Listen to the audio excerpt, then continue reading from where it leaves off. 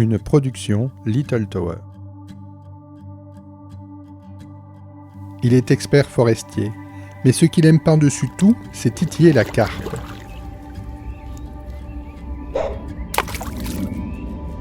Oh, limite, fais gaffe à ton fil, toi, parce qu'il est pas dans l'eau. Je vais t'attraper méchamment. Ah ben non, fil. Avec son ami Yuki, Renaud s'est installé pour une semaine au bord d'un étang rempli d'esturgeons. C'était l'occasion pour moi de le rencontrer, d'en apprendre plus sur lui et sa passion. Vous écoutez le podcast À la pêche, Renaud entre forêt et plan d'eau. Une série de reportages sonores et d'articles écrits par Audrey Hanson, disponible sur littletower.be ou littletower.fr. Épisode 3 – Des poissons et du respect. Renaud, si tu voulais nous expliquer en quelques mots les poissons que tu peux pêcher, ou de manière plus générale, les poissons qu'on peut rencontrer dans nos étangs, dans nos rivières belges.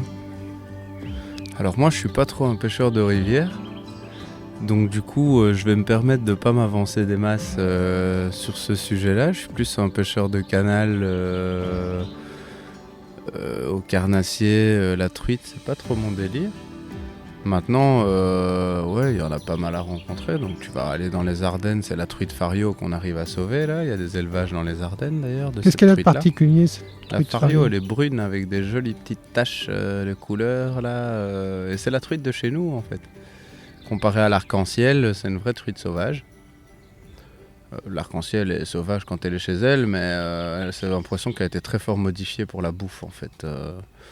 C'est un poisson au niveau pisciculture, celui qui veut en penser quelque chose en pense quelque chose. Moi, la truite, c'est pas un poisson que j'aime manger en tant que tel, parce que la version industrielle qu'on nous sert n'est pas comme ni éthique en fait. Et en fait, j'aime pas trop manger du poisson. C'est rare que j'en mange, mais j'en mange quand même. Quand c'est moi qui l'ai attrapé, ça arrive que j'en mange, y a pas de souci. C'est très peu, mais je le fais.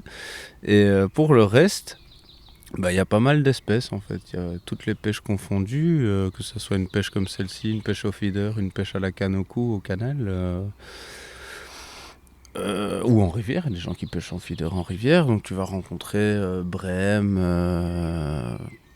gardon, il y a des ablettes, il y a des grémis que tu peux taper à l'asticot, on a une flopée de gobies invasifs, mais ça dernièrement ça allait, pourtant apparemment à certains endroits c'est infesté, mais ce qui m'étonnait c'est qu'à l'époque où moi je pensais que c'était infesté sur mes spots, je vais sur les mêmes spots, je les croise plus trop en fait.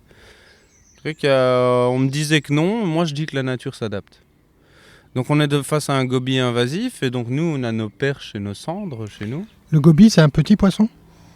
C'est un poisson qui peut quand même monter jusqu'à 25 cm tranquille, qui a un gros problème d'agressivité qui a été ramené par des aquariophiles qui à la base n'en voulant plus parce que c'est agressif à mort avec tous les poissons, les ont tapés au canal. Manque de chance pour nous, c'est un pichon chinois ou asiatique qui s'est adapté, qui vit dans nos canaux, qui a été un énorme problème et qui l'est toujours dans certains endroits. Maintenant les spots que moi je pratique, je sais pas pourquoi, mais quand je dis la nature s'adapte, nos perches et nos cendres de chez nous, ils s'en sont bien occupés. Et ils les bouffent. Ils ont dégommé. Ils ont dégommé les gobies. Ah oui. Parce qu'on me disait que non, qu'un gobie c'était trop rapide, que les perches et les cendres, ils n'allaient pas aller taper comme ça leur tête dans les cailloux pour aller les chercher, et que c'était seulement quand c'était disponible. Je suis désolé, ça c'est pas vrai.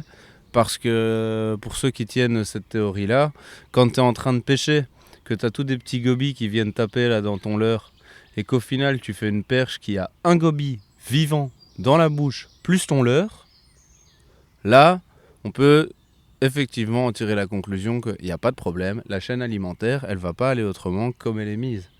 Donc c'est un cas vécu, tu as pêché une perche avec un gobie en bouche. Oui, elle avait le gobie vivant en bouche, elle l'a recraché pendant que je t'occupais. D'ailleurs, je lui ai gentiment remis dans son petit caisson en la rentrant à la flotte, tu vois, histoire qu'elle ne perde pas son déjeuner dans l'effort. Et je l'ai retapé à l'eau, mais le gobie était vivant, oui. J'en ai des photos sur mon GSM. Donc l'écosystème ne va pas autrement. La prédation, c'est la prédation. Le plus gros bouffe le plus petit. C'est intéressant de savoir que y a cette interaction, et heureusement, la nature est bien faite, il y a cette interaction, parce que sinon les gobies, ça attaque tout, ça attaque les œufs des cendres, ça attaque les œufs des perches, ça attaque tout. C'est agressif avec tous les poissons. Maintenant, heureusement, c'est petit, mais une fois qu'ils font 25 cm, on les sort au leurre, quoi. Donc, et ça tape bien quand même. C'est agressif pour le plaisir d'être agressif, c'est territorial, c'est un poisson qui pose problème. On a du silure aussi, alors il y en a qui disent le silure, non. Écoutez, Donc le silure, pour les gens qui ne connaissent pas, c'est le poisson-chat ou je me trompe? C'est le grand poisson-chat européen, effectivement. C'est un monstre en fait, ça, le silure. Ça va jusque 2,70 m. Probablement qu'il y a des spécimens qu'on prendra là même. Je suis sûr qu'il y a des tailles records qui doivent traîner. Va-t-on savoir ce que recèlent des kilomètres d'eau. Et où est-ce que ça vit un silure? On en a un peu partout, ça vit dans les canaux. Après, il n'a pas de prédateurs. Ça se cache pas forcément au fond des... Ça ne se cache pas forcément au fond d'un ruisseau ou d'un lac, dans la J'aime caillasse? bien tenir le fond. Mais j'aime bien tenir le fond. En France, ils ont un autre problème avec ça que chez nous. C'est-à-dire que les cendres, ils ont déplacé les populations de cendres. Les cendres aiment bien se mettre dans le fond des fosses. Le problème, c'est que les silures aussi. Maintenant, un silure, c'est un peu paresseux. Bon, si il y a une perche un peu qu'il n'a pas vue ou un cendre qui passe devant, il va le cartonner. C'est pas un poisson qui au final est dans un petit milieu, c'est un problème. Celui qui va mettre un silure dans un petit écosystème, franchement, si tu es cette personne, sache que l'écosystème te déteste. Tu as foutu le bordel. Tu as mis un super prédateur qui va mettre 2,70 m dans une petite rivière. Limite, s'il descend la rivière qui finit dans un gros cours d'eau, on n'en parle plus, le problème est réglé pour la rivière. Le truc, c'est que tu vas aller mettre ça dans des petits milieux, dans des réserves naturelles où c'est des marais, où il y a, on va dire, 1,50 m de fond maximum nominal, là, et que c'est une réserve naturelle, et que toi tu vas aller mettre ça là-dedans, ou que tu vas aller mettre ça dans un lieu de pêche qui est autorisé à la pêche et tout le reste est une réserve. Donc il y a quelques exemples comme ça chez les fleurs, en Flandre. Si tu fais ça, sache que t'as ruiné la nature. C'est-à-dire que tu as amené dans un lieu qui n'est pas censé contenir ça, un super prédateur qui n'a pas de prédateur. Parce que lui, il va monter jusqu'à 2,70 m et il va bouffer jusqu'à ce qu'il y arrive. Et c'est un carnassier.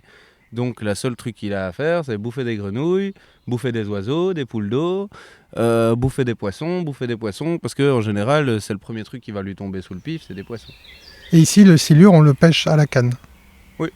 On va pas le chercher dans l'eau à main nue? Comme en Amérique? Non, ça, ils en font pas. D'accord.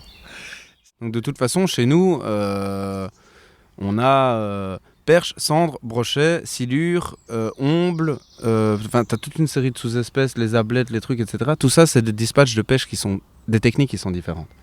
T'as la carpe aussi. Donc t'as les gens qui vont faire du carp fishing, t'en as d'autres qui vont vouloir aller à la brème, les anciens, au gardon, machin. Et là, t'as plein d'espèces qui sont présentes chez nous, en fait, mais qui ne sont pas pêchées parce que c'est ce qu'on appelle des incidents, des petits coups de chance de la pêche qui fait que ce poisson-là est venu se vautrer sur ton leurre ou sur ton appât, quoi. Et donc du coup, quand tu me poses la question que cherche le pêcheur en Belgique, c'est quoi le nirvana du pêcheur en Belgique? Je dirais que pour celui qui pêche au feeder au canal, sortir une brème qui va jusque plus de 5 kilos, ça devient un beau poisson. Qu'il y a des gardons ou des machins qui deviennent énormes, parce que naturellement les cyprinidés ont une petite tendance à s'hybrider lors de la reproduction. Il y a des ides aussi, une ide c'est très beau, t'as de la tanche, que j'avais oublié, la petite tanche, mais une petite tanche ça peut aller jusqu'à 8 kilos. Donc celui qui va pêcher au feeder, tous les poissons blancs en général, avec les petites carpes en général, mais on va rester dans le public, il va chercher tous les poissons blancs en général, ce qui va passer, mais faire une énorme tanche de plus de 5 kg ou faire une brème de 5 kg, pour lui ça va être le kiff. Pour nous au carnassier en tant que tel, parce qu'il faut bien distinguer, on fait notre distinction dans le carnassier du carnassier des salmonidés. C'est pas la même pêche du tout.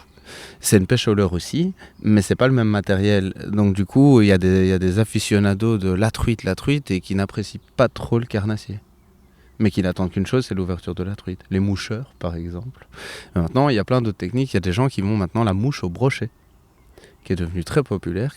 Et c'est un peu une technique de finalité, ça un peu. C'est une autre sensation à ce qui paraît la mouche. C'est une autre pêche à mettre en place.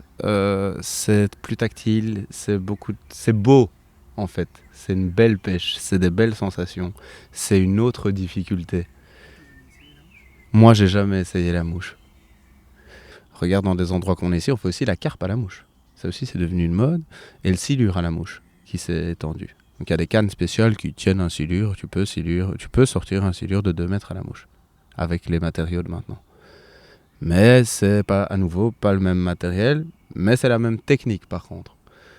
Donc c'est un sujet qui est assez vaste. Mais donc le nirvana, pour celui qui pêche le carnassier, ça va être un gros cendre, donc ça va être très compliqué de trouver un cendre d'1 mètre, mais il y en a. Ça va très loin. Le brochet en Belgique, ça va être des trucs qui font 1,20 m. Ça va être des femelles d'office. C'est des poissons, le problème c'est que tu veux la belle photo et tout. Moi c'est le moment où je me méfie. C'est comme ici, regarde, on a sorti 2 petites pièces là, ils sont tout petits. Faut se dire c'est des poissons, c'est des pépites d'or en eux-mêmes, tu vois, qui te donnent beaucoup de plaisir lors de la pêche, mais faut pas oublier que c'est ton pote le poisson, donc s'il y en a pas, je sais pas comment tu pêches. C'est là où vient le respect de l'histoire et comment moi je le vois. Les perches idem, quand tu arrives dans des monstres qui font déjà une perche de 40, quand tu l'as fait la première fois, tu es très content. Moi j'ai de la chance dernièrement, la perche c'est quand même une petite bestiole que j'aime bien de chez nous. À force de la titiller, j'ai quand même réussi à monter mes records à 45. Il y a des gens qui ont fait beaucoup plus gros que ça. Je ne suis pas un dieu de la pêche, il n'y a rien à voir avec ça. Hein. Mais il y a des gens qui ont fait plus gros que moi. Est-ce que je me sens blasé ? Non.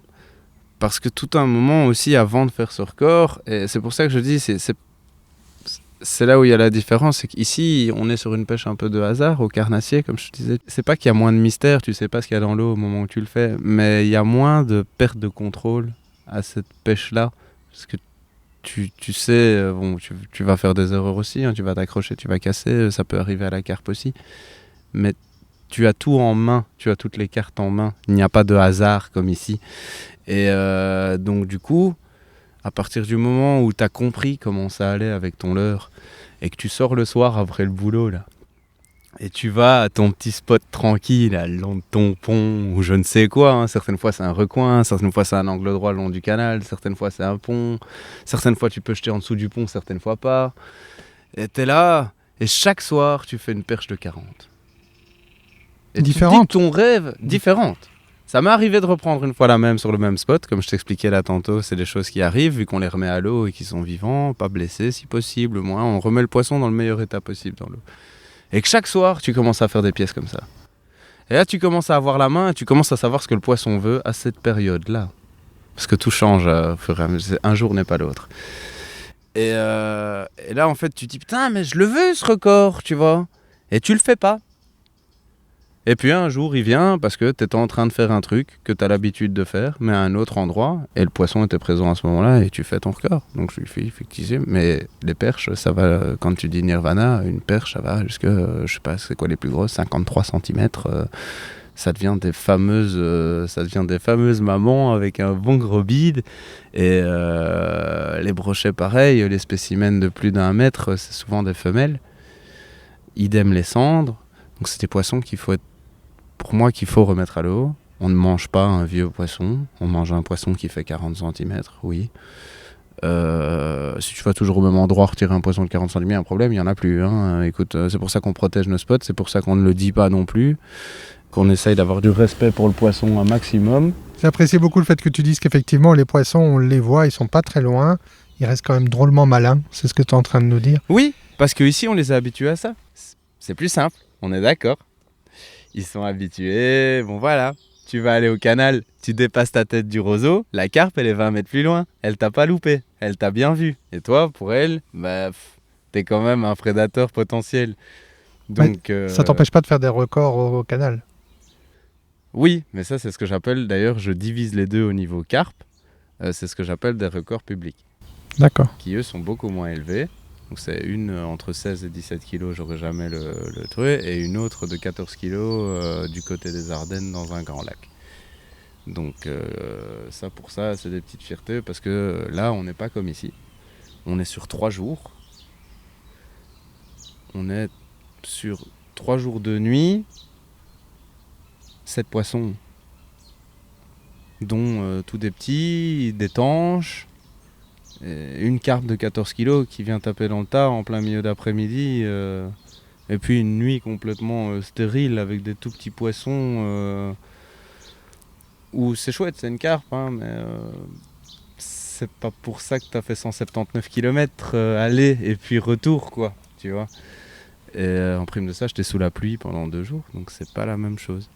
Mais l'histoire ici aussi de la question de un poisson c'est intelligent, oui c'est intelligent, mais ça ne peut pas crier, on ne s'en occupe pas, on n'essaye pas de comprendre ce qui se passe dans nos canaux, on n'essaye pas de comprendre c'est quoi une écologie de l'eau. Souvent, ça se voit hein, au niveau aquariophilie, les gens ils débarquent, ils s'imaginent, tu mets de l'eau dans un bocal, tu mets le poisson dedans, mais au moment où tu viens de le mettre dedans avec ta vieille eau, là qui n'a pas de bactéries, rien, qui n'a pas d'oxygène, qui est remplie de chlore, de machin, qui n'a pas reposé, ton poisson au moment où tu le poses, il est grillé. Donc ça, les gens veulent pas comprendre non plus. Il y a une biologie à comprendre derrière ça. Donc, si on veut résumer, le nirvana dépend de chaque pêcheur. Oui, et de son niveau. Et au final, le nirvana, c'est toujours de faire mieux, en fait. Ben oui, c'est ça. C'est ce respect qui s'inculque avec le temps. Là, pour le moment, c'est le petit sujet que j'ai eu ici en rentrant à Carpinsula quand je t'ai montré les étangs stock secondaires. Le respect, comment c'était fait, comment ici tout est fait, il y a des jets, etc. C'est la vision d'Yel et c'est en très grande partie la mienne aussi. Lui, il va encore plus loin parce que ici c'est son domaine, ce sont ses poissons. Et il y a quelque chose dont il faut se rendre compte en dehors du contexte des poissons qui sont privés. C'est qu'en privé, les poissons sont à quelqu'un. Bof, la façon dont moi je le voyais pas comme ça avant, hein, c'est avec les années. Et en suivant un peu monsieur Carp Tribun Hub, qui est un gars qui a plus de 45 ans de carp fishing derrière lui, dont toute la famille pêche, voilà. Et qui dit celui qui fait ce qu'il veut sur son plan d'eau, il fait ce qu'il veut, c'est à lui, c'est son règlement. Si son poisson est déglingué mais que les clients viennent, tu sais pas y faire grand chose. Mais il y a ce petit sujet là derrière, c'est la voix de ceux qui n'en ont pas. C'est-à-dire qu'un poisson, ça crie pas, ça pleure pas, ça se plaint pas. Ça va pas te dire mec, t'as pas envie de me remettre juste 30 secondes à l'eau que je reprenne mon souffle parce qu'il en est pas capable. Alors il y en a qui sont plus teubés que d'autres pour certaines choses. Il faut pas oublier que nous on arrive avec notre technologie ici, que ce soit en privé ou en public, et on est capable d'aller les pêcher parce qu'on utilise des subterfuges à leur nutrition et qu'on les détourne dans le cas de la carpe de la nutrition naturelle qu'ils auraient disponible dans l'eau. Les poissons, et c'est assez étonnant, ils peuvent être très amicaux en réalité. Tu te rends bien compte que les esturgeons ici ont l'habitude. Alors on dit qu'un poisson ça a 2 neurones. Franchement, les gens qui pensent ça, je sais pas où vous êtes nés, c'est pas possible. En fait, avec les études actuelles, on se rend bien compte qu'un poisson c'est tout sauf basique.